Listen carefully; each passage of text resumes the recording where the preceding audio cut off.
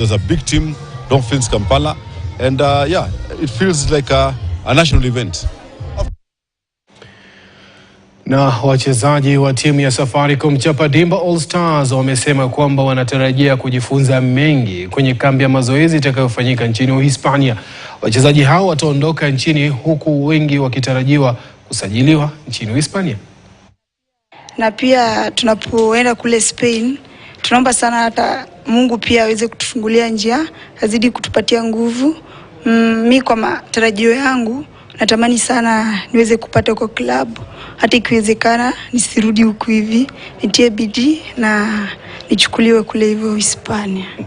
Matarajio yangu ni kulearn vitu vingi, sababu tunaenda ku exchange exposure pia.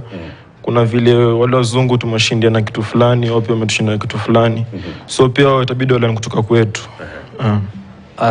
Ningependa kwanza kujua vile kule ng'ambo watu wanaweza kucheza kiwango cha juu cha soka, vile mbinu ambavyo wanatumia.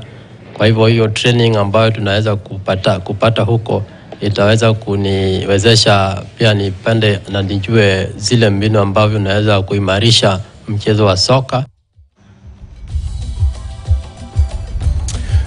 Na kule Uingereza timu ya Kona imebanwa kwenye kona pale Craven Cottage na timu ya Fulham. Wanasema kule mtaani timu hii hujiandaa tu kucheza na Man United peke yake. Kufikia hapo mimi sina la ziada ila kutamatisha taarifa hizi za KTN leo weekend niseme kwaheri. Ubaki na wingi wa heri. Mimi ni Suleiman Heri, mwenzangu alionisaidia taarifa hizi kwa lugha ya ishara ni Meresha Uwiti. Usiku mwanana.